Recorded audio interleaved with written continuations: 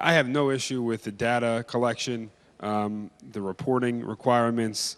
Those seem like common sense efforts. They seem to be efforts in which we can utilize the records obtained from such legislation and utilize them in a positive manner. So I have no objection to that, and the good ranking member mentioned that.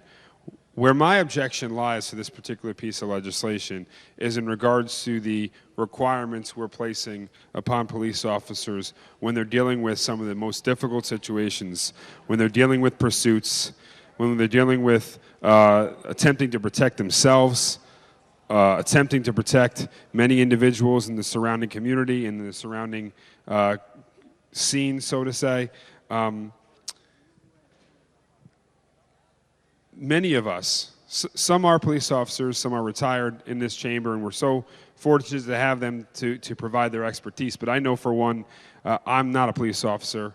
I know many, but I do not know what it's like to have to enter a very dangerous situation, run to that dangerous situation when essentially everyone else is running away, and have not only my life on the hands, but have the lives in the hands of so many individuals that are around me and throughout the community.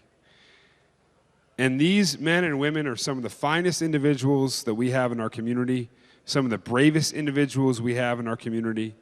And we do have regulations, as we should, in regards to what these officers are allowed to do and not allowed to do. They're already on the books.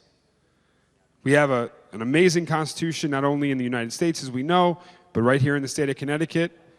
And thanks to case law, they've interpreted certain cases to also protect us as citizens and lay individuals, and also to set certain ramifications in regards to what police officers can and cannot do. But to sit here now, in this chamber, as lay individuals like myself, and to say a police officer in an emergency situation where life and death is on his or her hands, that we know better than you do, that you need to conduct your business differently, that you need to think about protecting the citizens differently. I don't think that's a place for us to stand. We are so fortunate to have these individuals in our community protecting us. And here we are in this chamber legislating that we don't think they're doing a good enough job, that we think we need to have more ramifications over what they do to protect us and to protect themselves.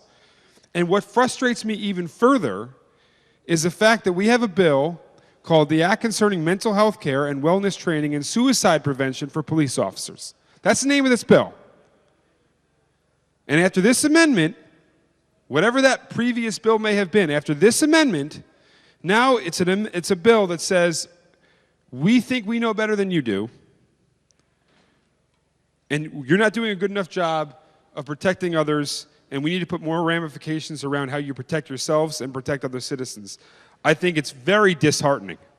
Very, very disheartening considering what the title of this bill is.